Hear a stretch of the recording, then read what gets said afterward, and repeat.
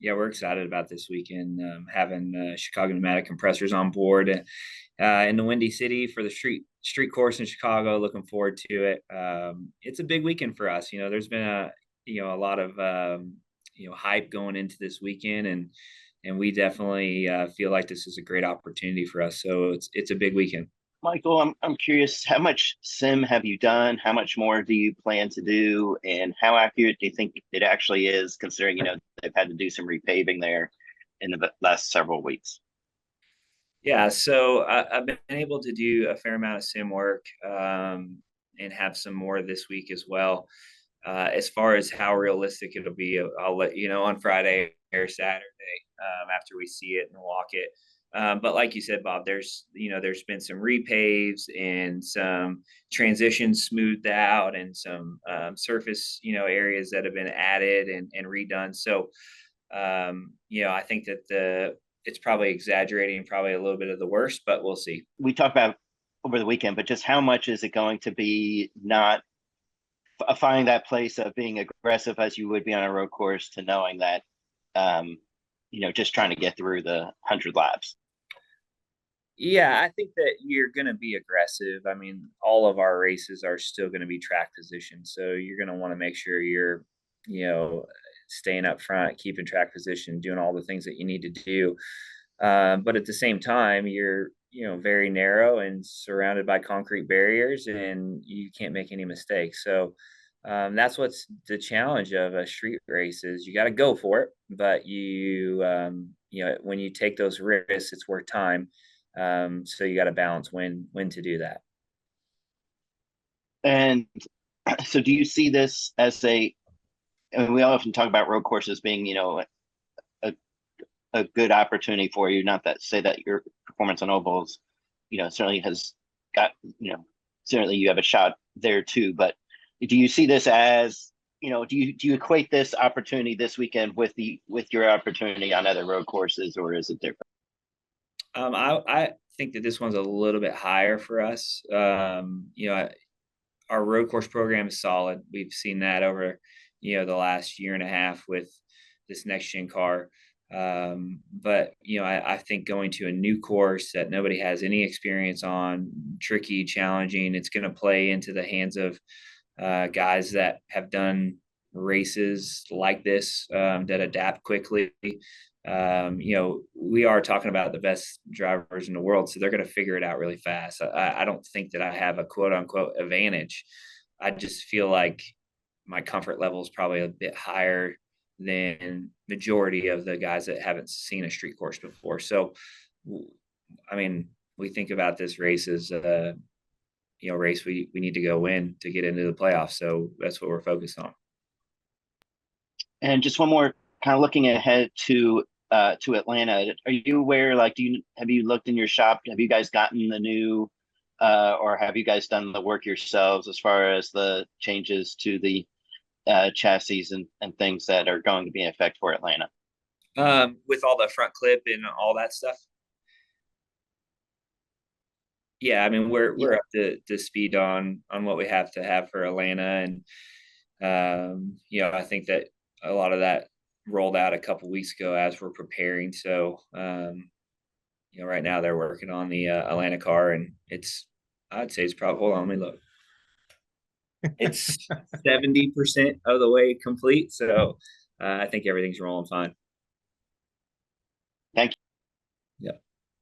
All right. Thanks, Bob. Let's go to Trey Downey from MRN. Go ahead, Trey. Hey, Michael, just another quick question on Atlanta. This will be the fourth time that you guys have raced on this quote unquote new Atlanta. Do you think everybody's kind of gotten a handle of what this new style of racing is about, or is it still kind of changing a little bit? No, I think it's changing. I think that the track probably threw us all for a little bit of a loop of just how much it aged in a year and how the grip level changed. So, the first two races were, you didn't really know exactly what to expect, but I feel like now we have at least a pretty good understanding of what we need to bring back and things we need to do better. It has that element of drafting and runs and pushing and all that. It's not like that's not there, but I think handling is more of legitimate factor that you have to take in for this race, especially as hot as it's going to be. And then after Atlanta, we head to New Hampshire. Hasn't been one of your best tracks over the years. What Yeah, about that track has been difficult for you? I think that's an understatement. Yeah, New Hampshire by far has been, a struggle for us. I'm not really sure what to pinpoint it as. I feel like it's a flat track, short track, but different than Martinsville, where Martinsville we've had speed, but it hasn't correlated to New Hampshire all the time. And I will say this though, our short track program this year is way better than it was last year. Richmond, Phoenix, those racetracks we were, definitely feel like we closed the gap quite a bit. So I'm optimistic about New Hampshire. I go there optimistic every year, but it's no doubt that it's been a struggle for us in the years past. So hopefully we hit it right. And then you're kind of in that battle for the last playoff position right now. If you were able to get in with the way that you ran this year and the speed that you've had, would you be even more confident in your chances to make a run than you were a couple years ago when you won the 500? Yeah, definitely. I feel like we have the speed and the tracks and the schedule in the playoffs lay out pretty well for us. And I haven't done the statistics exactly, but I think last year we would have advanced had we made it into the second round. I can't say that for sure. You guys will have to verify, but we would have been pretty close. So, I think that we're in a position where we have a bunch of road courses coming up. We have some good tracks coming up. We have one or two in there that aren't so good, like you mentioned. So we got to manage those weekends well, and we got to maximize the weekends we know we can get a lot of points. I think we'll be right there. I really do. I think we'll be close to being able to point our way in. But currently, we're just thinking about Chicago and how do we go win that race. Thank you. Thank you, Trey. Hey, Heather Williams, welcome to the call. Go ahead, ask your question for Michael. Hey, Michael, sorry about my camera. It doesn't want to work today, so I apologize that you can't actually see me. But you mentioned Chicago and the barriers and just how different it is. I'm just curious a couple of things. First of all, what was your first reaction when you heard that we were going to Chicago? And then second, do you have any concerns about this weekend compared to other weekends as far as how to approach the weekend? I was excited. I think, street courses are so much fun and just great events and great, opportunities to bring the race, to the people. And, doing some in the past and seeing just how cool of event street course racing is and how fast the cars look and the sights, the sounds, and all those things. I was really excited about it. Yes, there are some challenges. No doubt there's some challenges. I think for all of us, logistically, just figuring out the flow and the routine of, all the things that you probably think we wouldn't think about, pit lane, making changes, just in, out, where you're going to go, what happens if this happens, having a plan for those, different scenarios. The on track stuff, I'm not terribly concerned about. It's very straightforward. It's a street course, concrete barriers, 90-degree turns, bumpy, not a lot of runoff, and can't make any mistakes. I think all that is pretty straightforward. It's just more of all the other logistics of making sure that you're at the right place at the right time, have all the right stuff, and can do the things you need to do. Thank you. All right, Heather, thank you. Let's go to Daniel McFadden. Hey, Daniel, go ahead. Hey, Michael. First off, when was the last time you were in a street course race? Ooh, yeah, I don't even know.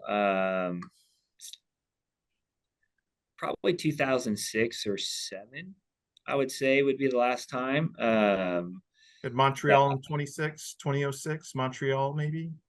Oh yeah, if you count Montreal, then I think I did all the Xfinity races there, all but one. But I was thinking more like Long Beach and places like that. But yeah, it's been a while, for sure.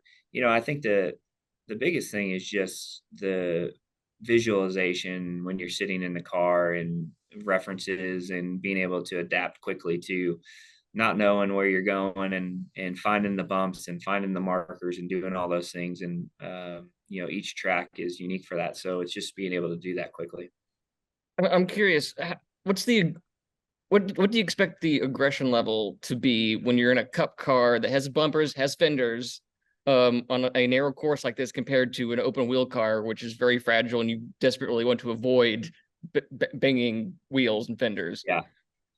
Yeah. So I don't know. I think I'm fairly unique in this response. I feel like street courses are so tough by yourself that your level of aggression is turned down sort of automatically because you're just trying not to make a mistake on your own, let alone when you're trying to set up a pass and things like that.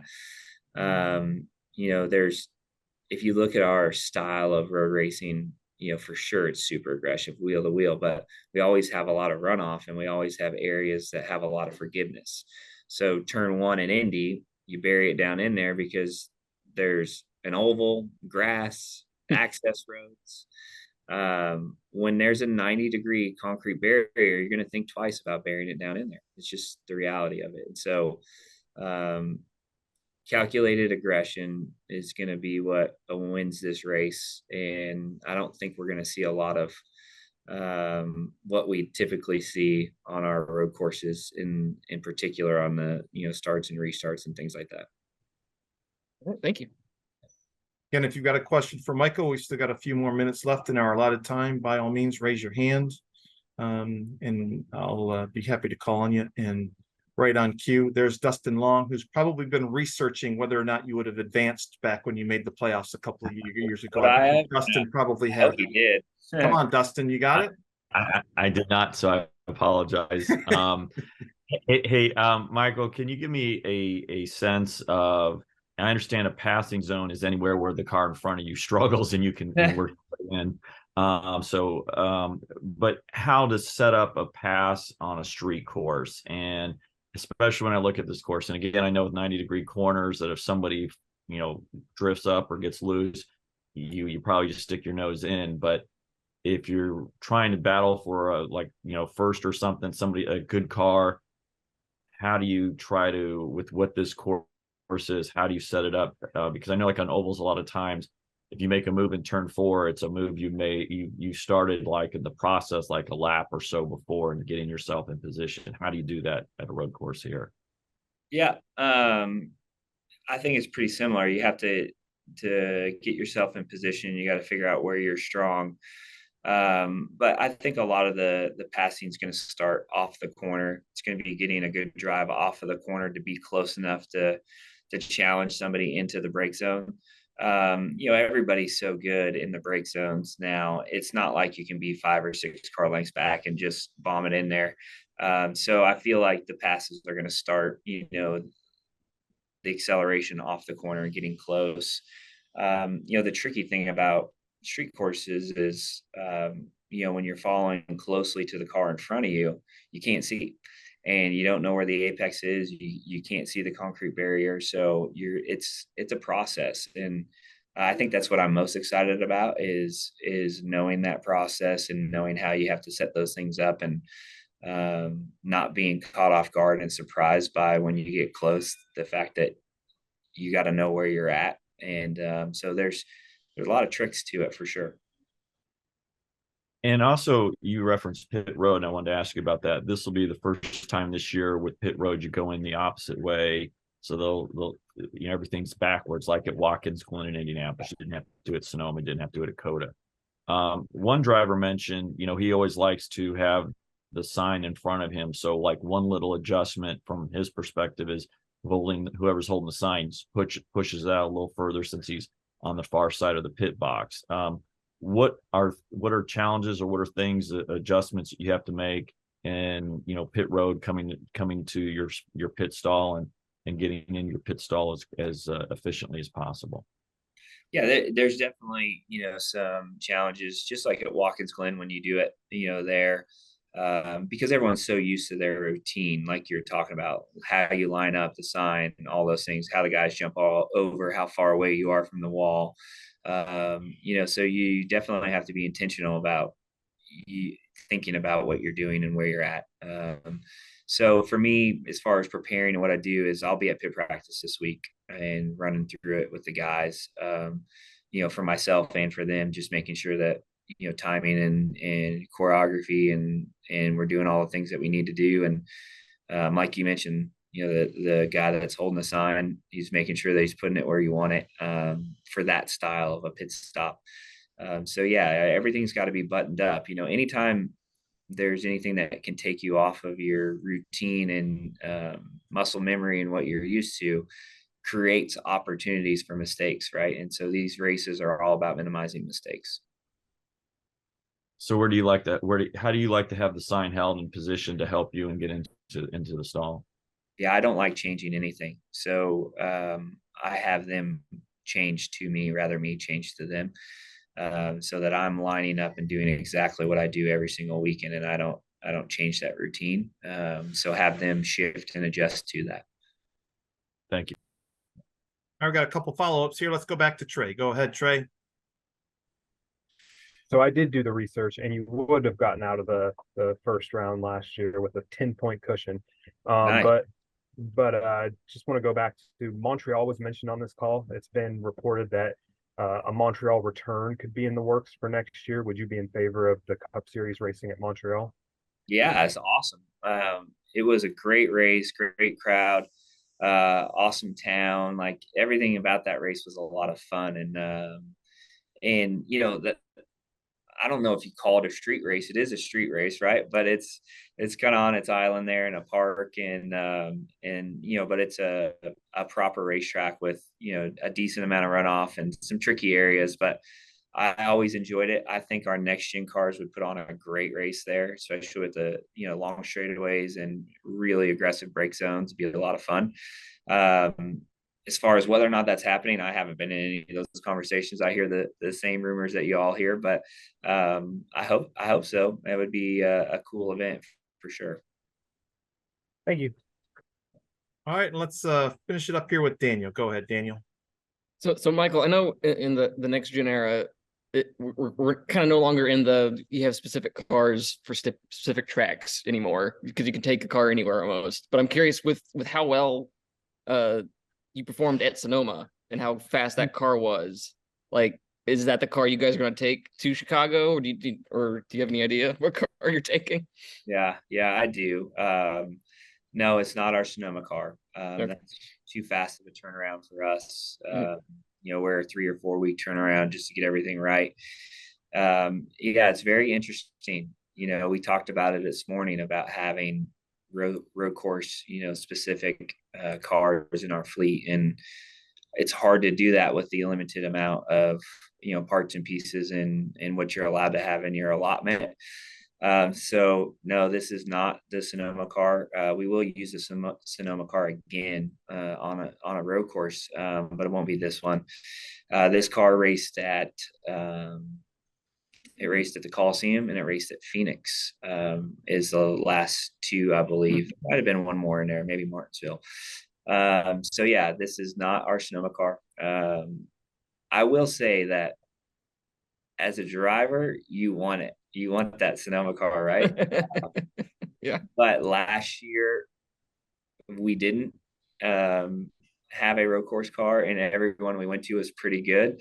And so, not that I got completely over it, but these cars have been pretty, I don't know what the best word to use is. They're pretty similar in feel and build and all that I haven't seen a real outlier. But yeah, the racer in you is like, we need to turn that thing around and get it ready. But the process that we've been using has been working, so we'll stick to it.